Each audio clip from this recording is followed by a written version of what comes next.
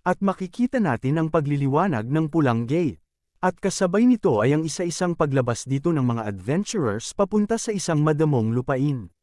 Kung saan makikita natin ang isang lalaki na nagsasabi sa lahat ng mga adventurers na nasa kanyang likuran na siya ay kanilang sundan. Habang makikita naman natin si Debo na namamangha sa kanyang mga nakikitang mga damo sa paligid. Kaya siya ay napatanong kung bakit napakataas ng mga ito. Subalit agad lang siyang pinagsabihan ni Kiri na hindi sila nandito para mamasyal kaya huwag siyang magpahuli at siya ay sumabay sa kanila.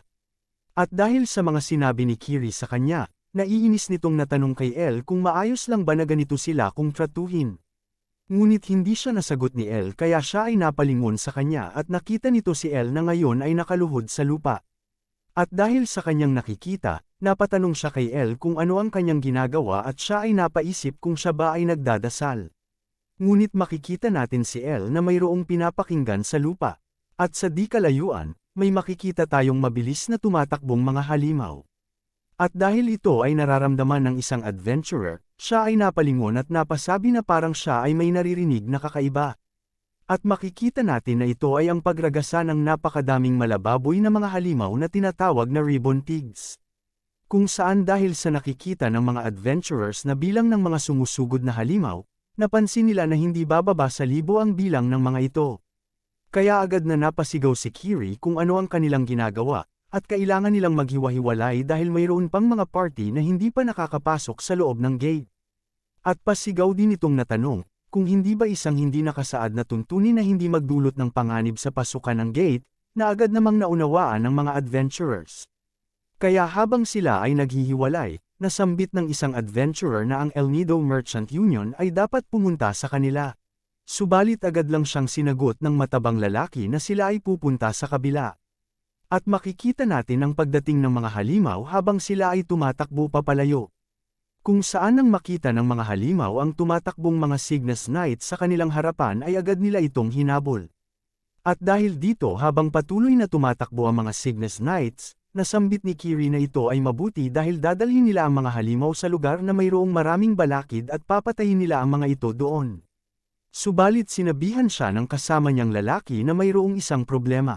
Ito ay dahil ang mga adventurers galing sa Gaffer Merchant Union ay mukhang nawawala, na labis namang ikinabigla ni Kiri. At lumipat naman tayo sa ibang parte ng damuhan sa loob ng gate, kung saan makikita natin dito si Debo na nagsasabi kay El na mukhang sila ay makakapagpahinga na ngayon. At natanong nito si El kung papaano niyang nalaman na ang mga ribbon pigs ay darating para mag-stampede. At agad naman siyang sinagot ni El na base sa kanyang mga karanasan. Mayroong maraming grupo ng mga halimaw ang naglalakbay sa kapatagan gaya ng kung saan sila naruroon ngayon. At isa sa mga halimaw na ito ay ang tinatawag na ribbon pigs. Ang mga ito ay mayroong karaniwang haba ng katawan na 2 metro, at ito'y halimaw na mayroong bayolenteng personalidad. At kadalasan sila ay kumikilos sa grupo na binubuo ng daan-daan hanggang minsan ay libo-libong mga halimaw. Kaya napaisip si El na gayunpaman, kahit na ang mga ito ay mahirap na makaharap, ang mga ito ay hindi imposibleng patayin. Kaya ito ay pareho para sa ibang mga merchant union. Subalit napaisip din siya na marahil ang mga adventurers ay susubukang iwasan ang pakikipaglaban dahil ayaw nilang sayangin ang kanilang mga enerhiya ng maaga sa loob ng gate. Ito ay dahil wala ding nakakaalam kung anong mga halimaw ang kanilang makakaharap sa loob ng gate na ito. At paniguradong hindi lang ito magtatapos sa mga ribbon pigs. At naalala ni El na bago siya makabalik sa nakaraan, ang raid para sa Sleepywood 100-man Gate ay nagresulta sa isang pagkabigo, na naging dahilan ng pagkamatay ng lahat ng mga adventurers na pumasok. At habang si El at Debo ay naglalakad, dahil napapansin ni Debo na mayroong malalim na iniisip si El, natanong nito sa kanya kung ano ang kanyang iniisip. Nang bigla na lang may naapakan si Debo na isang tali, na labis niyang ipinagtaka. At dahil sa kanyang kakaibang napansin, siya ay kaagad na napalingon sa kanyang harapan. At may makikita tayong mga matatalim na kahoy na bigla na lang umangat sa kanilang harapan, subalit agad na nahila ni El si Debo papalayo. Kung saan siya ay napatanong kung ano itong bagay at kung ito ba ay isang patibong. At dagdag pa nito na kung sino ang gagawa ng bagay na ito. At lumipat naman tayo sa ibang parte ng gate, kung saan makikita natin ang paghiwa sa isang lubid. na naging dahilan ng agad na paglabas ng isang malaking matalim na kahoy sa likuran ng isang kalbo at may malaking pangangatawan na adventurer. Subalit bago pa man siya maabot nito ay agad niya itong inatake. Kung saan dahil sa ginawa nitong pag-atake, makikita natin na agad nitong nagawang mahiwa sa dalawa ang patibong na kahoy gamit ng kanyang espada. At dahil dito, nasambit nito na ito ay napakapambata. At nasambit naman ang kanyang kasamahan na tapos na din siya sa paglilinis sa kanyang lokasyon kaya ito na dapat ang huli sa mga patibong. At agad naman si Babel na sinabihan ng lalaking nakasuot ng maskara na lagi siyang maging alisto. At ang lalaking ito na nakasuot ng maskara ay ang leader ng kanilang party galing sa Dig Merchant Union na si Crocus. At nasambit nito na marahil sila ay naglagay lamang ng mga maliliit na mga patibong, pero ito ay delikado pa din at makakapatay kaagad. At dahil kinopya ng mga ito kung papaano mangaso ang mga tao, masasabi nila na sila ay hindi pangkaraniwan na mga halimaw sa pamamagitan nito. At nasabi ni Crocus na kung itong mga halimaw ay may sapat na kaalaman, marahil ang mga ito ay ang halimaw na tinatawag na hubs. At ang mga hubs ay mahirap na makaharap, dahil ang mga ito ay katumbas ng isang boss na halimaw sa pulang gate. At nasambit ni Crocus na dahil dito, mayroon na silang ideya kung ano ang kanilang aasahan. At ang difficulty ng gate kung saan sila naroroon ngayon ay paniguradong mataas. At dagdag pa nito, na ang lahat ay mamamatay nang hindi ito nalalaman kung walang mga adventurer na nasa kanyang antas sa paligid. At dahil dito, sinabihan ni Crocus ang kanyang mga kasamahan na dapat nilang gamitin ang sitwasyon na ito, kaya sila ay sumunod sa kanya. At nasambit nito na siguraduhin nilang wala silang may maiiwan, subalit walang may sumasagot sa kanya kaya siya ay kaagad na napalingon. Nang bigla na lang siyang nagulat dahil ang kasamahan nitong si Babel ay kaagad na napugutan ng ulo. Kung saan tumilapon ang ulo nito sa lupa. At makikita natin na ang iba pang mga kasamahan ni Crocus ay agad din na nahiwa ang mga ulo at parte ng kanilang katawan dahil sa ginawang pag-atake papunta sa kanila. At dahil sa bilis ng kaganapan, agad na napatanong si Crocus kung ano ang nangyayari. Subalit ang ulo nito ay agad din na tumalsik dahil ito ay nahiwa ng isang lalaki na bigla na lang sumulpot sa kanyang likuran. At habang nakikita nito ang kanyang katawan sa lupa at ang paa ng lalaki, natanong niya kung sino itong misteryosong lalaki. At habang siya ay patuloy pang may malay, nasambit ng misteryosong lalaki sa kanya habang nakangiti, na siya ay isang tanga na umaarte na parang alam nito ang lahat. At lumipat naman tayo sa ibang parte ng gate sa damuhan.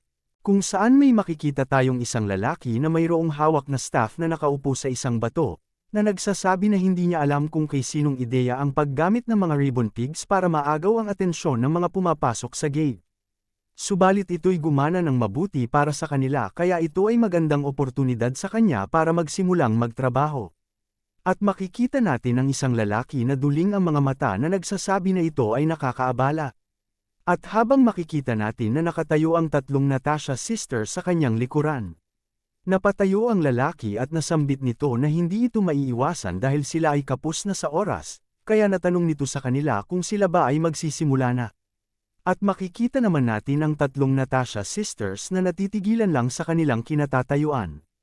At ang isa sa mga ito ay sinubukan na may galaw ang kanyang kamay. Subalit nasambit ng duling na lalaki na walang silbi ang pagsubok nitong kumilos, dahil ito ay isang mahika na hindi siya makakagalaw ng hindi bababa sa 30 minuto. Nang bigla na lang nagawang makapagsalita ng isang babae, at nauutal nitong natanong sa lalaki kung bakit niya ginagawa ang bagay na ito. Nalabis namang ikinabigla at ikinamangha ng duling na lalaki dahil hindi niya inaasahan na magagawa nitong makapagsalita sa ilalim ng kanyang mahika. At dahil mukhang mapanganib ang babaeng ito, agad niyang itinutok ang kanyang staff sa babae at ipinalabas ang kanyang skill, na naging dahilan ng pagkabutas ng tiyan nito. At dahil dito, labis itong ikinatakot ng kanyang dalawang natitirang kapatid. Kung saan makikita natin ang mga ito na nanginginig at naiiyak sa takot. At habang tinitingnan ng duling na lalaki ang bangkay ng babae, nasambit nito na ang kanyang tanong kung bakit niya ito ginagawa ay talagang mahirap. Nang may bigla na lang siyang naisip. At habang ina-activate nito ang kanyang staff sa dalawang babae, natanong nito sa kanila kung mas madali bang mauunawaan kung ganito. At habang itinututok nito sa kanila ang kanyang nag-aapoy na staff habang siya ay nagpapalabas ng may masamang tawa, nasambit nito na itong lahat ay para sa kanyang pinagsisilbihan na Black Magician. Kaya agad nitong ipinalabas ang kanyang skill na Fire Arrow, na makikita natin sa refleksyon ng mata ng babae. At dahil sa ipinalabas nitong Fire Arrow, sumabog ang katawan ng dalawang natitirang Natasha sisters. Kung saan ang mga natitirang bahagi ng mga ito ay napatalsik sa lupa. At dahil sa patuloy na nagaganap sa pasukan ng gate, napapagod na nasambit ng duling na lalaki na ito'y walang katapusan. At dagdag pa nito na mas gusto niya na walang may ginagawa. At bumalik tayo bago magsimula ang 100-man gate, kung saan makikita natin ang pagtawag ng lalaking may mahabang puting buhok na nakatingin sa labas ng bintana sa kanya bilang William, at agad niya naman itong sinagot na siya ay nakikinig habang nakaluhod sa kanyang likuran. At nasambit ng lalaking may mahabang puting buhok na sila ay tahimik na naghintay ng mahabang panahon sa sandaling ito. At sila ay nagtago sa kanila habang lumalaki at nagpapalaganap ng kanilang kapangyarihan sa panahong iyon. Kaya nasambit ng lalaki na may mahabang puting buhok, na sa wakas ito na ang oras para anihin nila ang bunga ng kanilang paghihirap. Kaya agad naman siyang sinagot ni William na hindi siya nito bibiguin. Nang may bigla na lang ipinalabas sa kanyang kamay ang may mahabang puting buhok na lalaki na isang nag-aapoy na balahibo. At nasambit nito kay William na ito ay kanyang kunin dahil ito'y regalo na ibinigay sa kanya ng taong yon, at dagdag pa nito na hindi niya tatanggapin ang kabiguan. At habang makikita natin ang pagliliwanag ng item na ito sa leeg ni William sa kasalukuyan, napaisip siya na kailangan niyang magseryoso dahil sa utos nito. At habang siya ay naglalakad dala-dala ng kanyang staff, nasambit nito na hindi ito maiiwasan, kaya natanong nito sa kanyang sarili kung dapat na ba siyang magseryoso ng kaunti. At lumipat naman tayo kinagabihan sa ibang parte ng gate, kung saan mayroon tayong makikitang isang malaking base. At ang base na ito ay ang kuta ng mga halimaw na tinatawag na hubs. Kung saan makikita natin sa labas nito ang maraming bilang ng mga halimaw na mayroong ginagawa at mga nagbabantay sa paligid. At sa likod ng mga puno malapit dito ay si Elle at Debo na tahimik na nagmamasid sa kanila.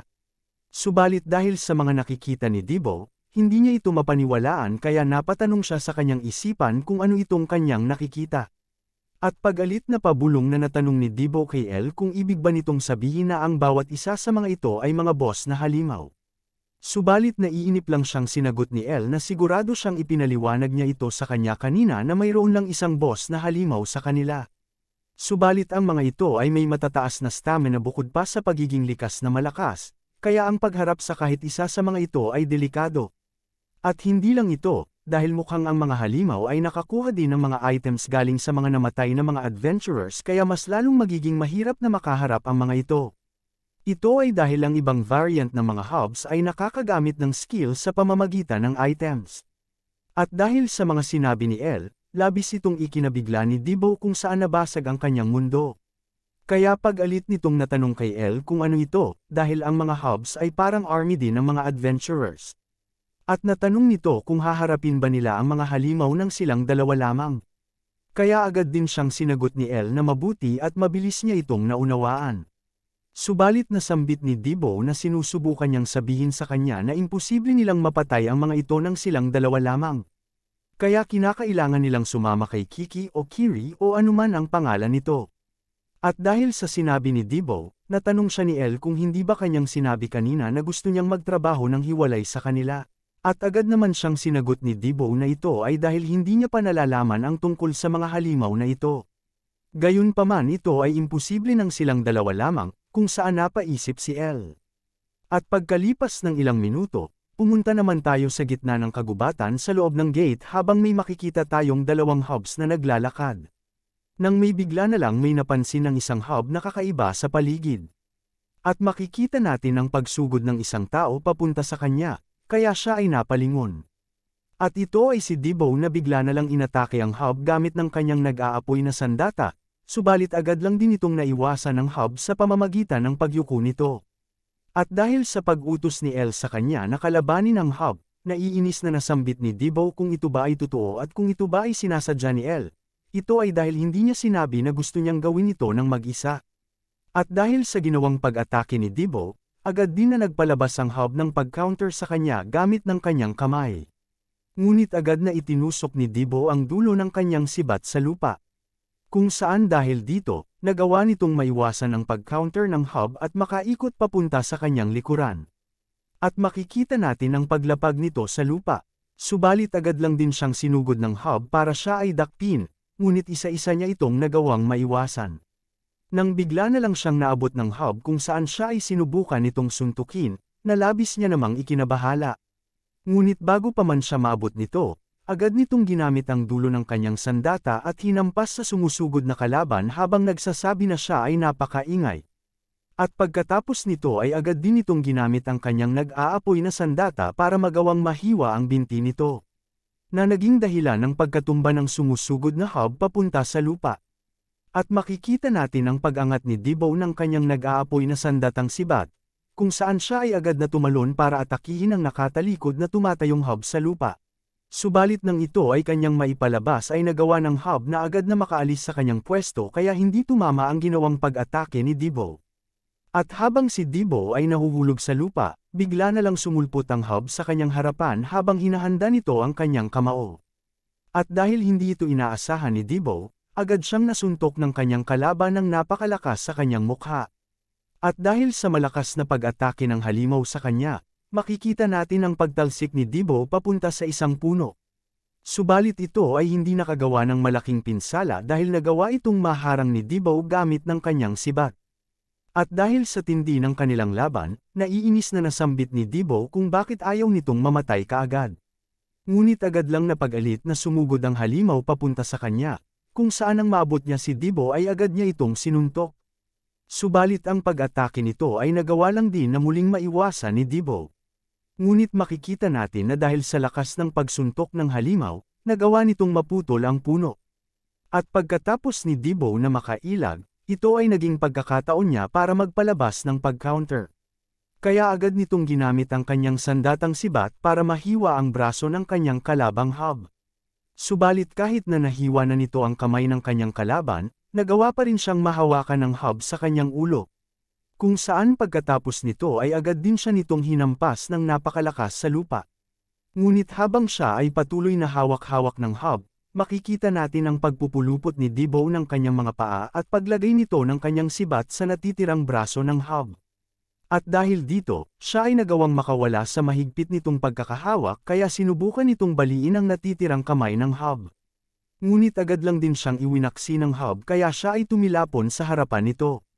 Subalit makikita natin ang agad na pagsugod ni Debo pabalik sa halimaw, kung saan makikita natin ang paghaharap ng dalawa habang inaangat ni Debo ang kanyang nag-aapoy na sandatang sibat at inihahanda naman ng hub ang kanyang natitirang kamao. At pagkalipas ng ilang minuto sa gitna ng kagubatan, makikita natin ang isa pang duguan na hub na ngayon ay wala ng buhay sa lupa. At habang sila ay naglalakad at inaayos ni Debo ang kanyang braso, nasambit nito kay El na inaakala niya na siya ay makikialam para siya ay tulungan. At nasambit naman ni El na mukhang kinakaya naman ito ng mag-isa. Kaya salamat dito, alam na ngayon ni Debo na hindi ang mga ito imposibleng harapin. Subalit agad lang din siyang sinabihan ni Debo na mas lalo lang siyang nagdududa ngayon sa kanilang ginagawa. Nang bigla na lang siyang natigilan at nanlaki ang kanyang mga mata sa kanyang nakikita. Ito ay dahil sa kanilang harapan ni El ay mga putol-putol na mga bangkay ng mga tao sa lupa. At dahil sa kanilang mga kasuutan, natanong ni Debo kung hindi ba ang mga ito galing sa Cygnus Knights, kaya natanong din ito kung ano ang nangyari dito. Nang may bigla na lang umungol sa sakit malapit sa kanilang kinaroroonan. At dahil ito ay agad nilang napansin, agad itong itinuro ni Debo kay El kaya napatanong naman si El kung ito ba ay isang nakaligtas. At makikita natin ang lalaking kasamahan ni Kiri na ngayon ay nakasandal sa puno na mayroong sugat sa kanyang tagiliran. At habang si El at Debo ay papalapit sa kanya, natanong ni El kung ano ang nangyari at kung sila ba ay inatake ng isang hub. At agad naman siyang sinagot ng lalaki na hindi ito ang nangyari. Dahil ito ay kagagawa ng isang trolling. At lumipat naman tayo sa loob ng gusali ng Gaffer Merchant Union kung saan makikita natin si Abyss na naninigarilyo sa kanyang upuan. At nasambit nito na ito ay hindi nagbibigay ng katuturan. Ang trolling. Mayroong mga taong pumapasok sa mga hindi kilalang gate na hindi nagagawa ng iba, at ang kanilang tanging layunin ay mangolekta ng impormasyon at atakihin ang ibang mga adventurers. At dahil mawawala ang gate pagkatapos nilang makatakas, ang lahat ng ebidensya ng kanilang mga maling gawain ay mawawala din kasabay nito. Subalit ang sa kasalukuyan, ito ay halos isang labanan na walang panalo. Ito ay dahil kinakailangan nilang maklear ang mahirap na gate habang nag-aaksaya ng enerhiya at kaunting lakas ng tao. At kung kahit papaano ay maklear nila ang gate at maipalabas ang unique na item, hindi nila matatakasan ang mga hinala ng mga nasa labas. Kaya napaisip si Abyss habang naninigarilyo kung ang kanila bang pakay ay ang lahat ng mga elites ng bawat merchant union, subalit ito ay hindi nagbibigay ng katuturan. Ito ay dahil kahit pa ito ang kanilang layunin, kung mayroong salita na makakalabas kahit papaano, ito ay maglilikha sa kanila ng digmaan laban sa lahat ng mga merchant unions. At ang mapanganib na sugal na gaya nito ay isang bagay na hindi sasalihan ng isang merchant union. Kaya napatanong si Abyss kung mayroon bang mas malaking dahilan sa likod nito. At bumalik naman tayo sa gitna ng kagubatan, kung saan nasambit ni Debo kay El kung ito ba ay maaari. Naagad naman pinasangayunan ni El. Subalit nasambit nito na hindi niya nakikita na ang babaeng si Kiri ay parte nito. Nang bigla na lang napahampas ng kanyang kamao ang lalaking Cygnus Knight sa lupa at napamura. At nasambit nito habang siya ay nakaluhod sa lupa, na sa tingin niya na itong lahat ay kanyang kasalanan dahil hindi niya namalaya na mayroong traidor sa kanilang grupo. At natanong nito kung bakit ito magagawa ng kanilang Lady Kiri. At nasambit ni El na hindi niya naiintindihan kung bakit si Kiri, na parte ng Cygnus Knight ay gagawin ito. At agad naman siyang sinagot ng lalaki na hindi niya din ito alam, at nahihirapan pa siyang iproseso ang mga bagay. Subalit kung iisipin niya ang mga bagay, ang mga utos na ibinibigay ni Kiri sa pasukan ng gate ay parte ng kanyang mga plano. At dagdag pa ng lalaking Cygnus Knight habang umiiyak, na bago nito tapusin ang lahat dito. Nasambit ni Kiri na siya ay isang tagasunod ng Black Magician. At dahil sa sinabi nito, ito ay labis na ikinagulat ni Debo. Ito ay dahil ang Black Magician. 800 taon na ang nakakaraan. Siya na naging higit pa sa karaniwan, ay nagbanta sa mundo kasama ang kanyang mga tagasunod. At para siya ay mapigilan, ang 6 na heroes ay agad na kumilos. Kung saan ang kanilang laban ay lubos na nabaliktad laban sa Black Magician at kanyang mga puwersa, nang siya at ang 6 na mga heroes ay naselyado. At dahil sa pagkakagulo ng mga tagasunod ng Black Magician, nagsimulang magtulak ang kaalyadong puwersa, na naging dahilan ng pagkalipol ng mga tagasunod nito. At bumalik tayo sa kasalukuyan kung saan napaisip si Debo na ang lahat ng mamamayan ng mundo ng Maple ay alam ang istoryang ito. At nasambit nito na hindi siya makapaniwala na mayroon pa ring tagasunod ng Black Magician. At dahil dito, nasambit naman ni El na hindi ito ang oras para mag-alala tungkol sa halimaw, dahil kinakailangan nila agad na mahanap si Kiri. Kaya natanong nito ang lalaking Cygnus Knight kung sasama ba siya, at nasambit ni El sa kanya na kinakailangan nitong ihanda ang kanyang sarili para muling lumaban kapag nakita nilang muli si Kiri. At habang nagpapalabas ng seryosong mukha, nasambit ng lalaking Cygnus Knight na ito nga ang kanyang gusto. At lumipat naman tayo sa ibang parte ng gate, kung saan may makikita tayong tumatakbo. At ito ay si Kiri na mabilis na tumatakbo sa loob ng damuhan sa kapatagan. Nang bigla na lang siyang napahinto at nabahala sa kanyang napansin. Ito ay dahil sa kanyang harapan ay si William na siya ay inaabangan, kung saan nasambit nito na siya ay kanyang hinihintay. At makikita natin dito na hindi lang siya ngayon nag-iisa dahil kasama na din ito ngayon ang iba pa niyang mga kasamahan. At nasambit ni William kay Kiri na mukhang siya ay ang pumatay sa mga halimaw na Ribbon Tigs, at dagdag pa nito na sila ay madaling nakapagpatuloy sa kanilang mga plano dahil sa paghiwa-hiwalay ng mga adventurers. Kaya ngayon maaari na nilang tapusin ng unti-unti ang kanilang plano. At natanong nito si Kiri kung nagustuhan ba nito ang kanyang regalo, subalit hindi siya nito sinasagot. Nang bigla na lang nitong ipinalabas ang kanyang sandata, at habang itinututok nito ang kanyang espada sa kanila, natanong ni Kiri kung sino ang mga ito. At lumipat naman tayo pabalik sa gitna ng kagubatan, kung saan nagsasabi si Debo na sila ay pwedeng maghinay-hinay lang kung masyado itong nasasaktan, dahil si El ay nauuna din naman. Subalit sinabihan lang siya ng lalaki na siya ay maayos lang.